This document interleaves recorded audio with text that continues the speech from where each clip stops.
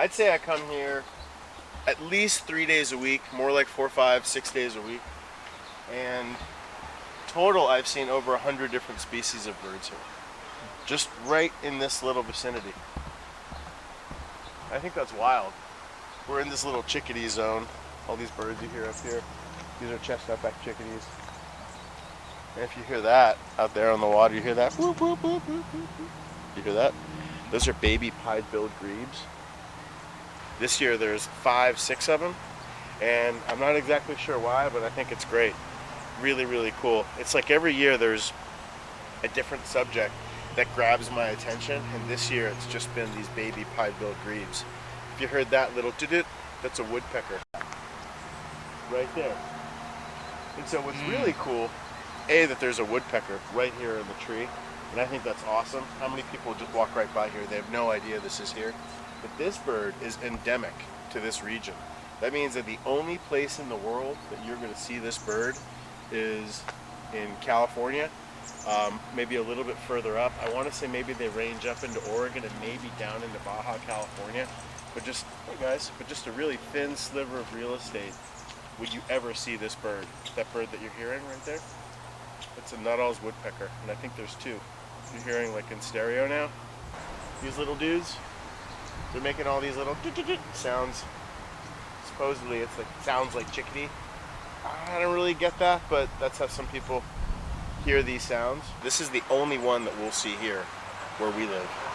And so yeah, brown creeper. You see how it just went down? There's 2. There's one up there and there's another one that's going to be coming around. That's so cool. I remember how we... You see how its tail feathers, it's supporting its weight with its tail. Wow. And woodpeckers do that too. That's one of the common links. And there's another one that's lower. But it goes around the tree picking up little insects.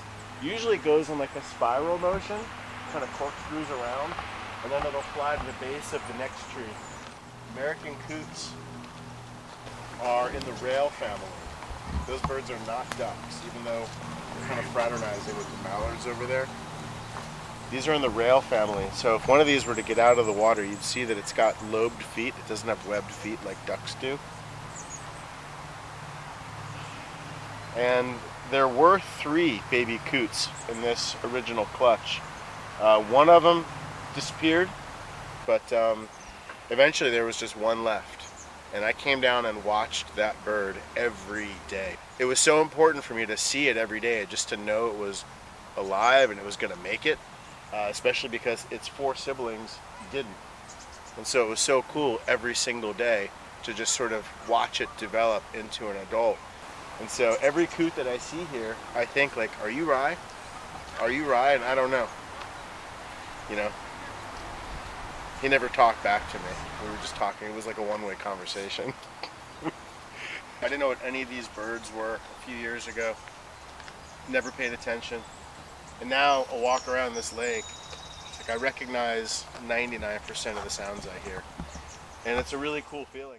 So yeah, looking out on the water, I see 1 adult pied-billed grebe, and there's 3 babies that are chirping right behind it. And then over just to the left, I see another group of them, and there's 3 more grebes. I'm pretty sure those are all babies too. Every year, but it was the first time I heard her this particular season, and it's been like 5, 6, 7 months. So Oh yeah. pretty exciting to have her back. But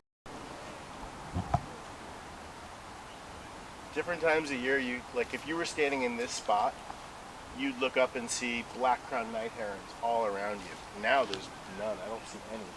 But there's different times a year where you could look up and there's one like right down there, and they're just like staring at you as you walk by. And a couple weeks ago, there were 15, 20 night herons at the lake, and I haven't seen one yet so far. You just never know. You never know what you're going to find or not find. Lots of crows, lots of ravens pretty often. You can just maybe unplug for a couple minutes and listen to what's around and look at what's around, and you'll just have a different appreciation for what's here. I just want people to pay attention and care about all this. It's important. We might just be heronless today. And that's okay. That is okay. I'm seeing a black phoebe, a flycatcher. There's a flycatcher on the other side. Yeah, so no black-crowned night herons so far, but I think that's cool. Sometimes I appreciate days that aren't super birdy as much as I appreciate super birdy days, because you come to appreciate the bonanza days when you have days where it's kind of quiet, and I think that's important. It's all got to be a balance. It can't all be gangbusters. There's got to be days where it's a little bit chill. It's all important though. I mean, they live here in the Bay Area year-round. They're not migratory, but at different times of the year, they congregate here, or they'll migrate over to, Stowe Lake, Lake Merced. The Palace of Fine Arts actually has a pretty good-sized population of black-crowned night herons, just on the kind of the corner of the lagoon. Sometimes I've seen dozens tucked away up in that tree. We at North Lake might have 4 different kinds of swallows.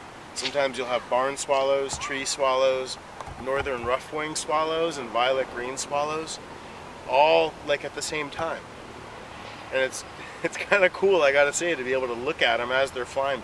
But it's like you do it enough, and it just becomes black and white. You just you see the shapes, you see the patterns, the way they fly, the color, the shape of their tail.